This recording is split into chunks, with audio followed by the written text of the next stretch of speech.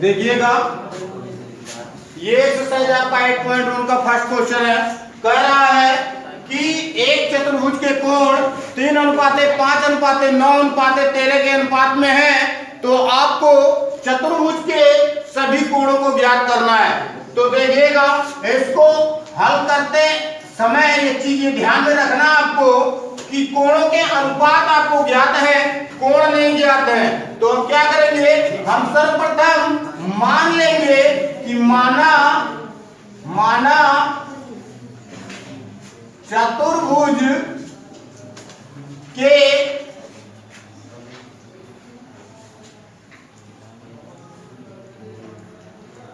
कोण बराबर 3x 5x 9x और 13x है। ठीक, ये आपने इसको मान लिया कि माना चतुर्भुज के कोण 3x 5x 9x और 13x है। देखिएगा चतुर्भुज के चारों अंतःकोणों का योग 360 अंश होता है। कितना होता है? यहाँ पर देखिएगा चारों कोणों को हमने माना है, वही मान हम यहाँ रखते हैं। 3x + 5x + 9x + 13x बराबर 360 अंश होगा। देखिएगा हम 3x 5x 9x और 13x को जोड़ेंगे तो 30x आएगा। कितना आएगा? ये होगा 30x बराबर 360 अंश। यहाँ पर देखिएगा 30 का गुणा हुआ x के साथ, 30 को ट्रांसफर कर देंगे दूसरे साइड में तो भाग हो जाएगा। क्या हो जाएगा? यहाँ x बचेगा, x बराबर 360/30 हो जाएगा। 30 से 360 को काटेंगे तो 12 आएगा। यहाँ पर x का मान आपको प्राप्त हो गया 12। कितना प्राप्त हो गया? 12। अब देखिएगा आप चतुर्भुज के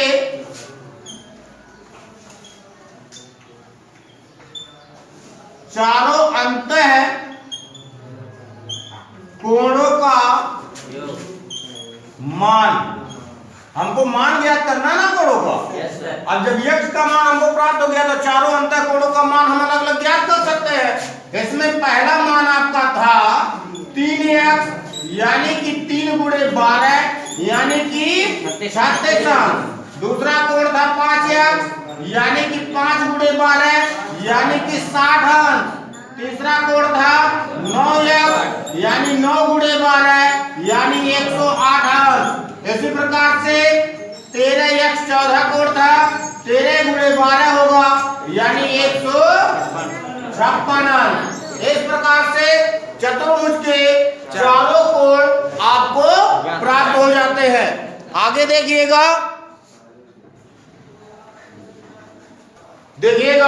ये क्वेश्चन आपका सेकंड है।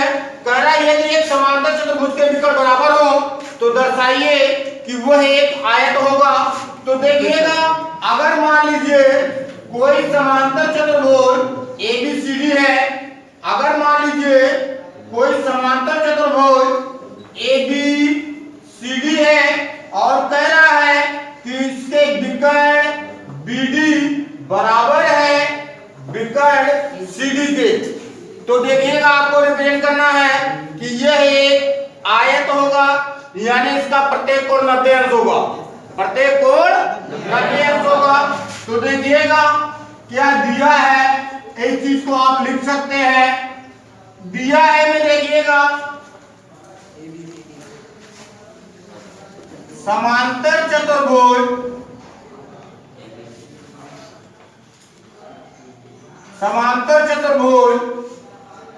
ABCD के विकर्ण, ये आपका AC बराबर DB है, ये दिया है। देखिएगा हमको सिद्ध करना है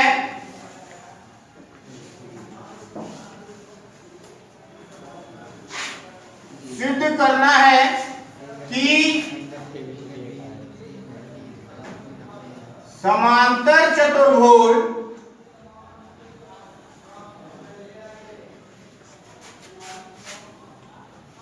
ABCD एक आयत है या आप कह सकते हैं कि कोण ABC या ADC बराबर कोण BCD बराबर 90 अंश। प्रत्येक कोण 90 शो करना है, समझ रहे हैं? तो देखिएगा ये चीज आपको शो करना है। उपपत्ति में देखिएगा हम क्या करते हैं, हम त्रिभुज ABC और BCD को देखते हैं। देखिएगा आप लिख सकते हैं त्रिभुज ADC और त्रिभुज BCD में, इन्हीं दोनों त्रिभुजों में देखिएगा आप लिख सकते हैं AD इक्वल टू BC, ये आप लिख सकते हैं समांतर चतुर्भुज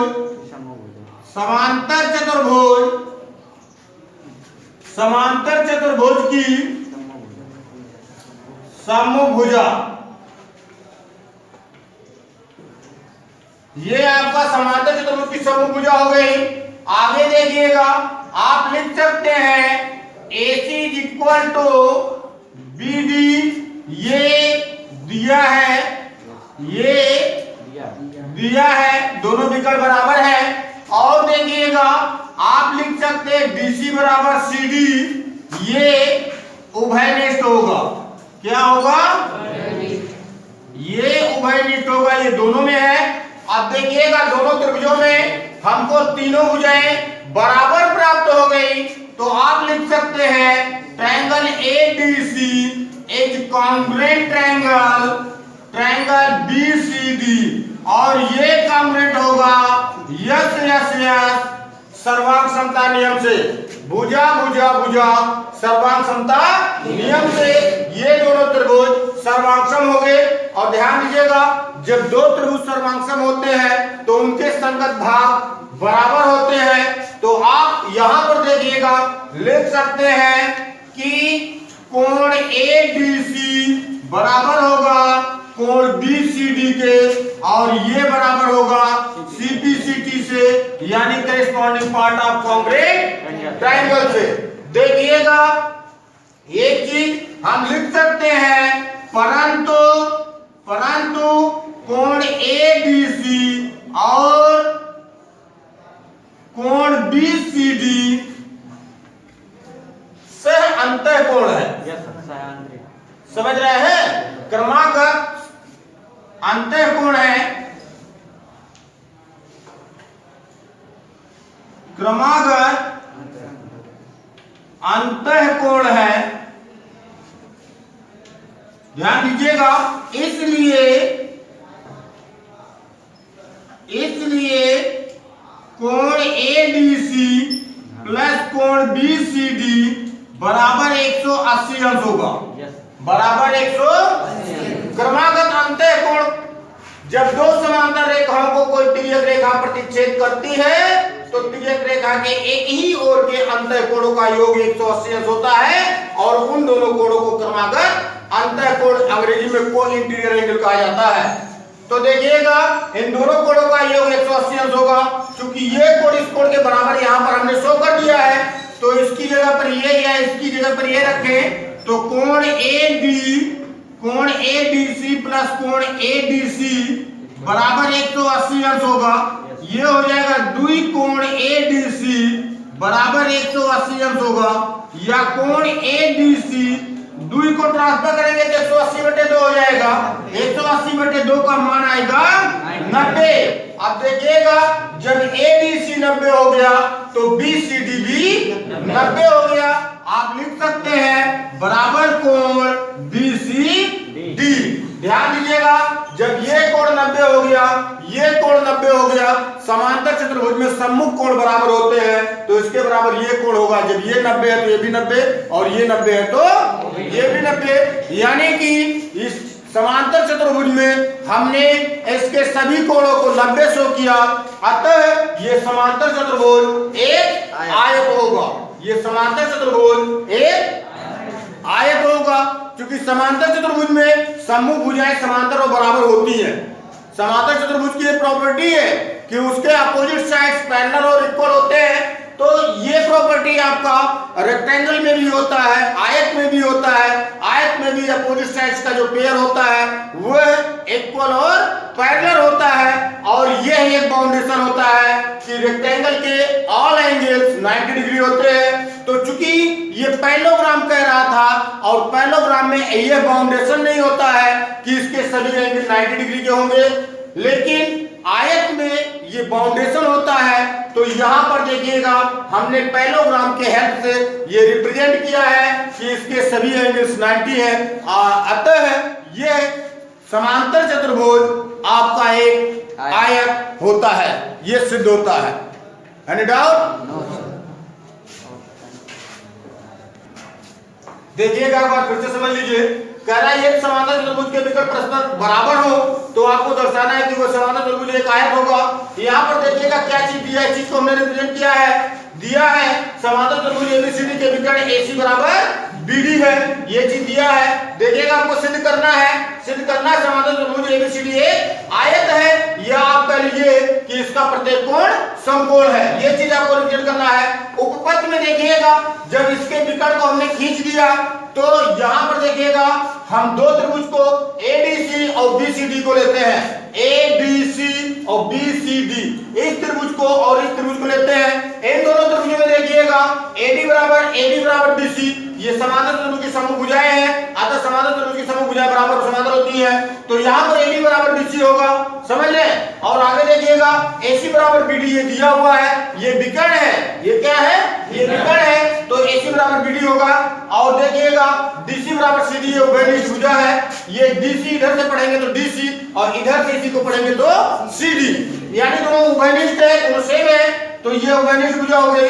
इन दोनों त्रिभुजों में देखिएगा आपको भुजा भुजा भुजा मिल रहा है, अतः आप कह सकते हैं त्रिभुज एडीसी सर्वांगसम है त्रिभुज बीसीडी के, और ये सर्वांगसम होगा यस सर्वांगसमता के नियम से, यानी भुजा भुजा भुजा सर्वांगसमता के नियम से ये दोनों त्रिभुज सर्वांगसम होंगे। और जब ये दोनों त्रिभुज सर्वांगसम होंगे तो इनके करेस्पॉन्डिंग पार्ट जो होंगे वो भी बराबर होंगे, यानी कोण एडीसी बराबर कोण बीसीडी होगा और ये बराबर होगा सीबीसीडी से, corresponding part of congruent triangle से।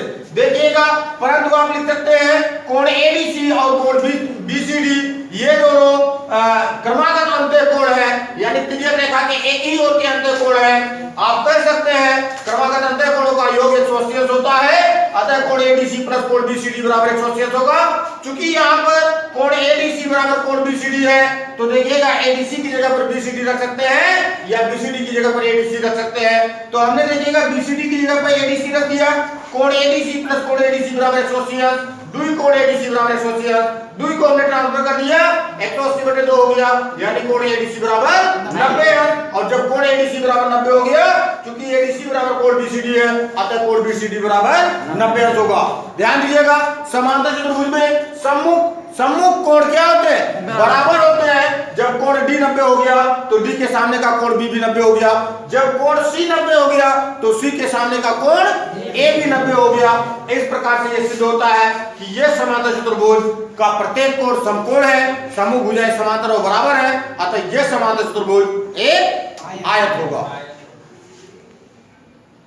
देखिएगा, ये क्वेश्चन नंबर 3 है। कह रहा है कि दर्शाइए कि एक चतुर्भुज के विकर्ण यदि परस्पर समकोण पर समद्विभाजित करते हो। कह रहा है दर्शाइए कि यदि एक चतुर्भुज के विकर्ण परस्पर समकोण पर समद्विभाजित करें तो वह चतुर्भुज एक समचतुर्भुज होता है। यह चीज आपको रिप्रेजेंट करना है। देखिएगा, मान लीजिए कि कोई चतुर्भुज है,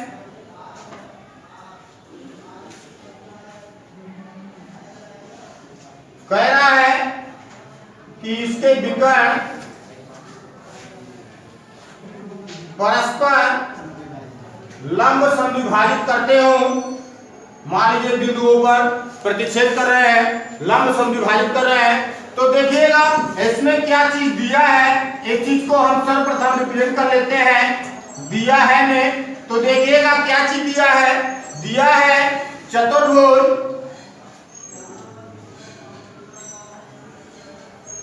चतुर्भुज ABCD में, इसमें देखिएगा ये दिया है कि एक दूसरे पर परस्पर लंब है, यानी लंब समद्विभाजित करते हैं। ये आपका दिया है BD लंब है AC पर, BD लंब AC पर ये प्रतिच्छेद कर रहे हैं। और देखिएगा और दिया है AO इक्वल टू CO या BO इक्वल टू DO, ये चीज दिया है। समद्विभाजित कर रहा है ना, और जब समद्विभाजित करेगा तो दो बराबर भागों में विभाजित होगा। देखिएगा हमको सिद्ध करना है,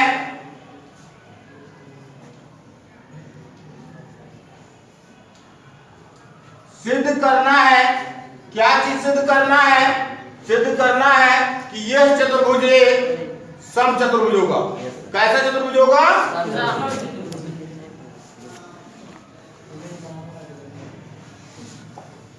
चतुर्भुज ABCD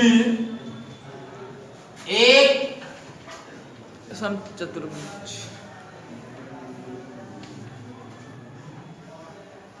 समचतुर्भुज है। ये चीज आपको रिप्रेजेंट करना है, सिद्ध करना है।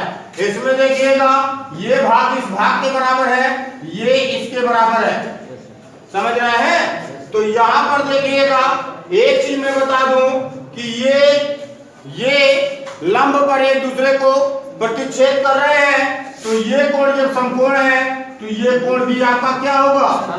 समकोण होगा, समझ रहे हैं? और एक चीज मैं आपको बता दूं, यहां पर आपको सिद्ध करना है कि AD बराबर है DC के, AD बराबर है DC के। एक चीज को आपको रिप्रेजेंट करना है, एक चीज को आपको दर्शाना है। तो देखिएगा हम इन दोनों त्रिभुजों को लेते हैं, त्रिभुज AOD और त्रिभुज COD को, इन्हीं दोनों त्रिभुजों में देखिएगा हम लेते हैं। ऐसा कोई बाउंडेशन नहीं है कि आप इन्हीं दोनों त्रिभुजों को ले, आप इन दोनों को ले सकते हैं, इन दोनों को ले सकते हैं, इन दोनों को, यानी किन्हीं भी दो संलग्न भुजाओं को आप बराबर अगर शो करते हैं, किन्हीं भी दो संलग्न भुजाओं के यदि आप बराबर शो करते हैं तो शेष जो बचते हैं वे भी बराबर सिद्ध हो जाएंगे। तो देखिएगा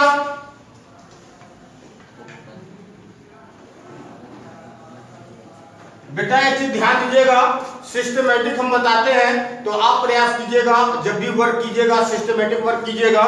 इसका रिस्पांस आपको आपके बोर्ड के एग्जाम में मिलेगा जब आप नेक्स्ट ईयर हाई स्कूल में होंगे।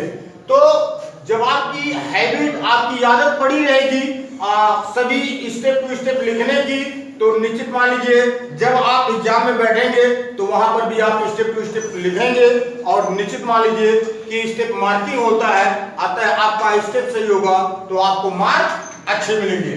तो देखिएगा हम त्रिभुज AOD और त्रिभुज COD में देखते हैं, इन्हीं दोनों त्रिभुजों में देखते हैं। देखिएगा AO बराबर CO, ये दिया है, यह दिया है। आगे देखिएगा, आगे देखिएगा कोण AOD बराबर कोण COD बराबर 90 अंश होगा, और यह भी दिया है, यह भी दिया है। आगे देखिएगा ये DO बराबर DO होगा, और यह है उभयनिष्ठ है, ये दोनों त्रिभुजों में है DO। अब देखिएगा दोनों त्रिभुजों में भुजा कोण भुजा आपको प्राप्त हो गया है। आप लिख सकते हैं त्रिभुज AOD सर्वांगसम होगा त्रिभुज COD के, और ये सर्वांगसम होगा SAS सर्वांगसमता से। ध्यान दीजिएगा जब ये सर्वांगसम होंगे तो इनकी संगत भुजाएं आपस में बराबर होंगी, यानी कि AD बराबर CD होगा और ये होगा CP CD से। Any doubt? अब देखिएगा इसी प्रकार से अगर आप इन दोनों त्रिभुजों को लेते हैं तो ये भुजा इस भुजा के बराबर हो जाएगी, इन दोनों त्रिभुजों को लेंगे तो ये भुजा इस भुजा के बराबर होगी, और इसी प्रकार से चारों भुजाएं आपस में बराबर सिद्ध होंगी। आप लिख सकते हैं इसी प्रकार जिस प्रकार से हमने AD बराबर CD शो किया है, हम लिख सकते हैं AD बराबर AB या जो भी B ये कह लीजिए, AD बराबर AB या AB बराबर BC या BC बराबर DC। तो इस प्रकार से आपकी चारों भुजाएं बराबर हो जाएंगी, और जब ये चारों भुजाएं बराबर हो जाएंगी तो ये सिद्ध हो जाएगा कि यह एक समचतुर्भुज है। Any doubt?